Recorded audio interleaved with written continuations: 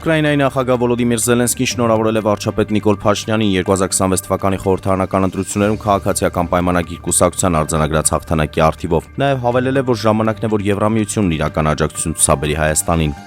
Կրեմլը սպասում է Հայաստանի ընտրությունների վերջնական արդյունքների հրապարակմանը եւ հաշվի առնում բոլոր հաղորդագրություններն, այդ թվում բազմաթիվ խախտումների վերաբերյալ տեղեկությունները, հայտարարել է Ռուսաստանի նախագահի մամուլի քարտուղար Դմիտրի Պեսկովը։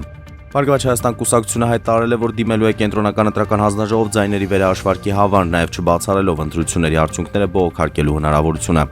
Ռուսաստանի արտաքին գործերի նախարարության խոսնակ Մարիա Զախարովան հայտարարություն է տարածել Հայաստանում հունիսի 7-ին կայացած խորհրդարանական ընտրությունների վերաբերյալ նշելով, որ դրանք անցել են ընդդիմության նկատմամբ աննախադեպ ճնշումների եւ արևմուտքի առաջին հերթին Եվրամիության միջամտության պայմաններում։ Նա նաև հավելել է, որ քաղաքացիական պայմանագիր կուսակցությունը չի ստացել իշխանության մենաշնորհ։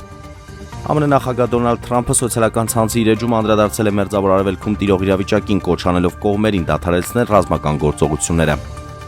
Հայաստանի ազգային հավաքականի նախկին ավագ Հենրիխ Մխիթարյանը կերկարաձգի պայմանագիրը Միլանի Ինտերի հետ, ինչպես եւ նախատեսվում է նոր համաձայնագիրը կնքվելու է 1 տարի ժամկետով, իսկ հայ կիսապաշտպանի աշխատավարձը կնվազի։ Ըստ արկատեղեկությունների կողմերը վերջնական համաձայնության են եկել դեռևս 2 շաբաթ առաջ։